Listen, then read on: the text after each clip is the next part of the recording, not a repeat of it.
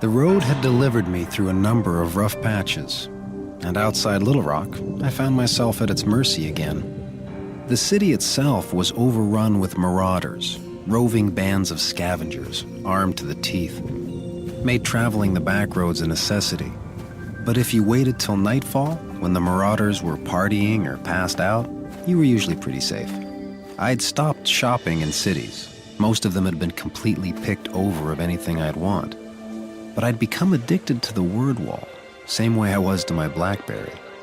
It was still a mystery who built them, but they'd caught on fast. You could usually send a message between neighboring cities in about 24 hours. First time I'd ever seen a message sent to me. And unfortunately, it was one that would set a whole series of tragic events into motion. Thanks for coming. It's Ellen. They got her, but they really want you.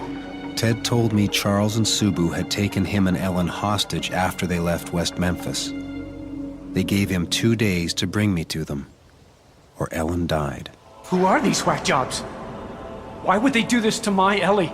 I tried to explain everything. How the New World historians were trying to bury the memo, how they'd already killed a man for it.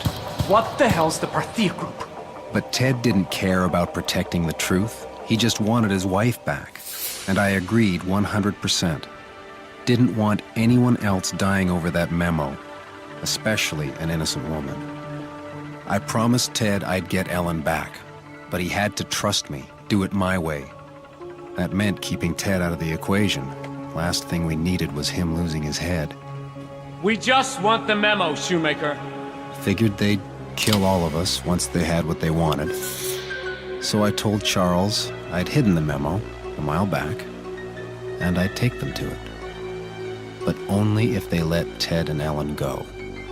Charles took forever to respond, which is probably why Ted took matters into his own hands once again. Run, baby! Run! Ellie! Ted trusted me, but not Charles and Subu. Can't say I blamed him, but he made a choice. No, Ellie. No. As long as I held on to that memo, and I wasn't about to give it back now, I knew I'd be a danger to everyone around me. So I made a choice. Decided to get as far away from other people as possible, no matter what the road had in store.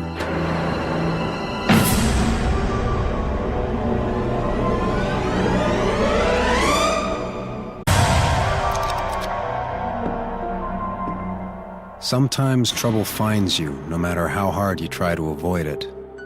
In fact, sometimes the harder you try to avoid it, the worse things get. Never had good luck with bikes, and they were fast becoming impractical in a world where most roads were being reclaimed by nature. Before the fall, I read about people going off the grid, unplugging from civilization. At the time, I couldn't imagine what would drive someone to such an extreme. But with Ellen's murder still haunting me, I finally understood the need to just disappear. Forced to go cold turkey in a world where technology used to be our greatest addiction. Emails, cell phones, they were more than just daily rituals. They were our lifeline, our umbilical cord to the rest of humanity. As we retreated from life's harsh realities to live in anonymity and isolation, technology kept us connected. It empowered us, made us feel secure in a hostile world. But that security was just an illusion.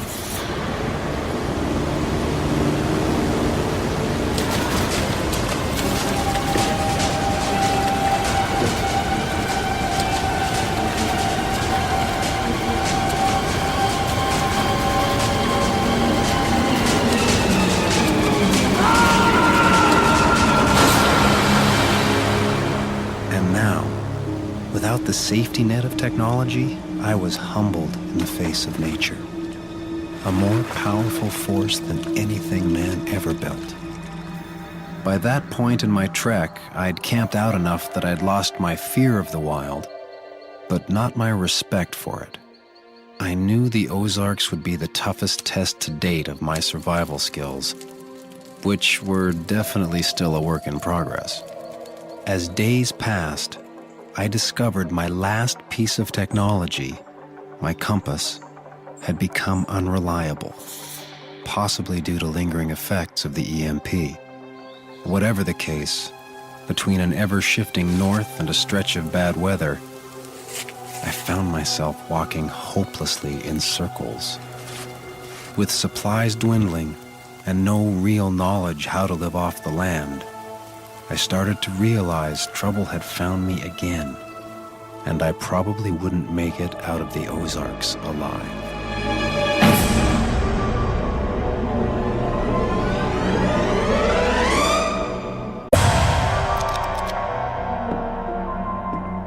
It's said that deep down inside, at the genetic level, we're all still animals, that survival is a biological imperative which kicks in when facing death.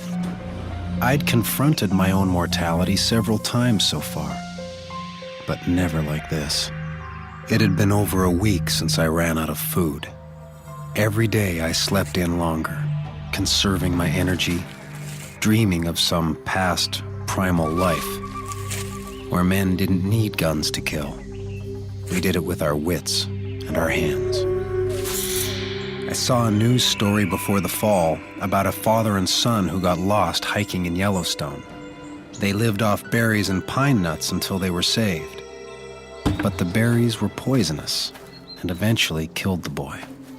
I watched animals, tried to see what they were eating, but that only got me sick. Nature is a bounty if you know what's safe to eat. But if you're ignorant, like I was, you better know how to hunt. How to stay alive in the woods. Before the fall, that seemed to me like useless knowledge. But I was fast learning that trapping and spearfishing weren't as easy as they looked in the movies. After countless failures, trying everything I could think of to feed myself, I finally reached a breaking point. It wasn't something I planned out or thought through. Something just took hold of me. Felt like a dream. Like it wasn't me at all. Another thing Hollywood doesn't get right. How much it hurts when you're shot. My whole arm was on fire. Figured it must have been a deer hunter with bad aim. But the man wasn't after the deer. He was after me. In a matter of minutes, I'd gone from the hunter to the hunted. Don't know how long I ran. It was all a blur from that point. The pain, it was spreading to my shoulder and back. Kept wishing I'd just pass out, so the nightmare would end. Unfortunately, it was only just beginning.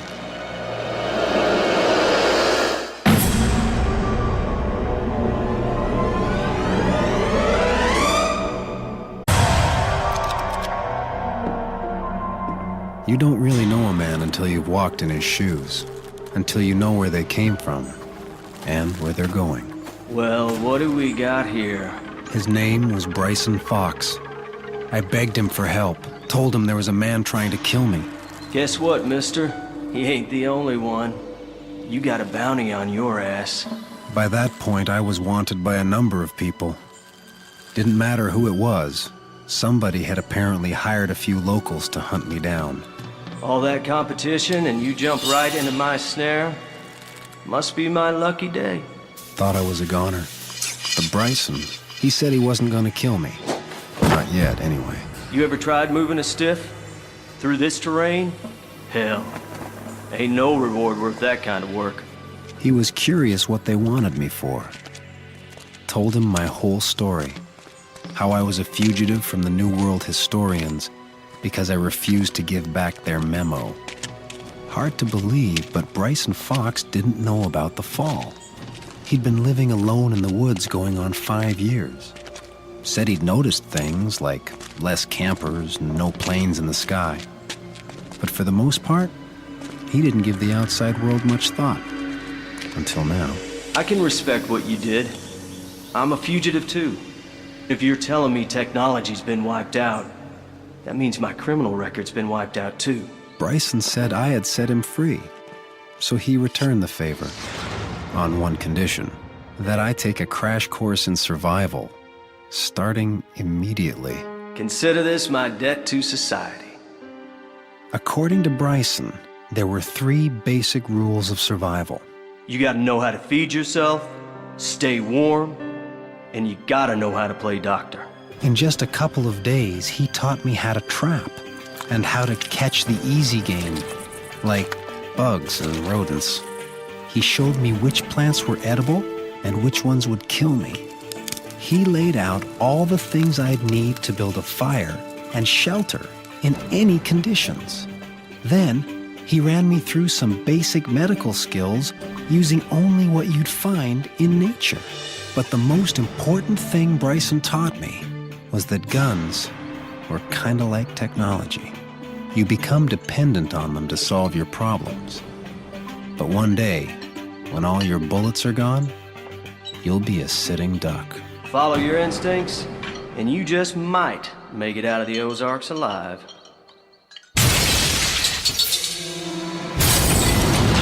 I know you're in there, Shoemaker!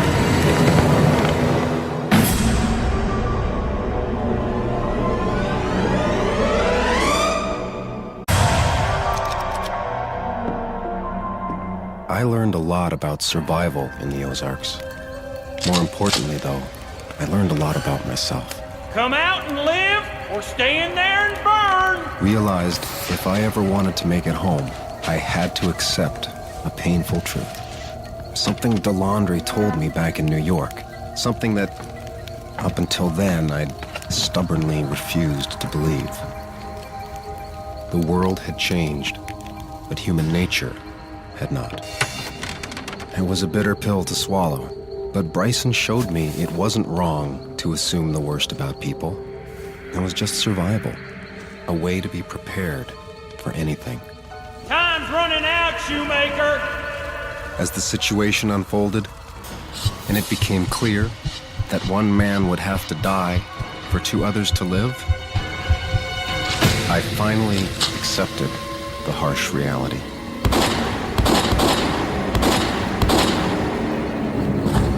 I was in a world without law, without justice. It was kill or be killed.